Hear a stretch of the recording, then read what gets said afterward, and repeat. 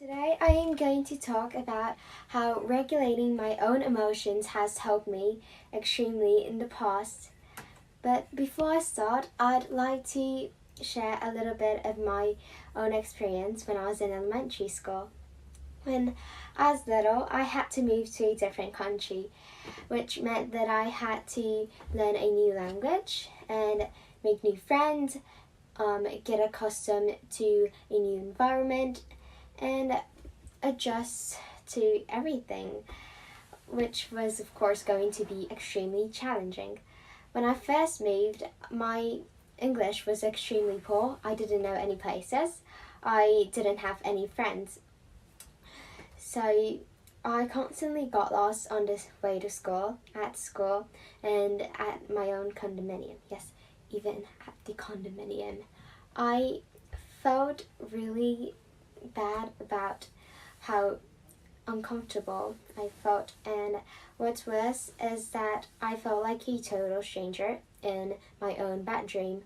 I had to leave the majority of my furniture in Japan, which of course made me again uncomfortable. Especially when I dove into my bed when I was worn out, I felt as if I was drowning in the bed. Initially, I frequently felt depressed. However, as time passed, I sensed that my family was getting used and comfortable, accustomed to everything. I noticed that my depression wasn't going to change unless I tried to change my mindset. Because after all, you are the only person who has control over your own body and over your own emotions. Although relatively easy, changing your mindset all of a sudden is not an easy thing to do. That being so, I started by spending time on things and people I loved. I made efforts to have friends, which affected me hugely in terms of creating a better environment. Since my English was poor, I had to take intensive English courses during homeroom hours. So my friend always told me how they really wanted me to be in regular homeroom classes with them.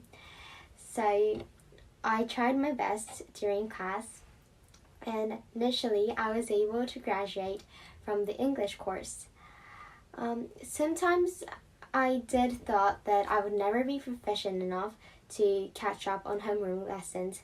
Those times I tried reminding myself that my friends all wanted me to be in class with them. It made me feel motivated to study, since that was the least I could do to repay the kindness.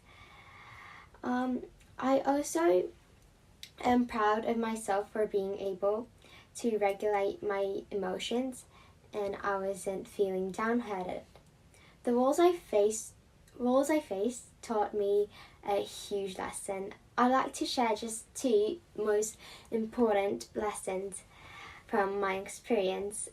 First, don't ever wait for your situation to change.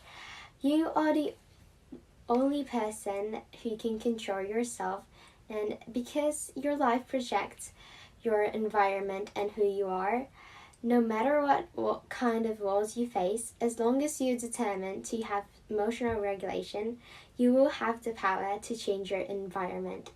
Secondly, always pursue kindness. I realized that, looking back, I wouldn't have been able to break through the walls of loneliness and the language barrier if I didn't have people around me, such as my friends, who motivated me and cheered me up and wanted me to always be the best version of myself.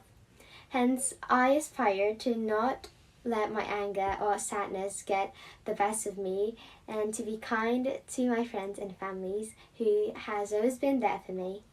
I appreciate everyone listening, and I'm wishing you all a wonderful day. Thank you.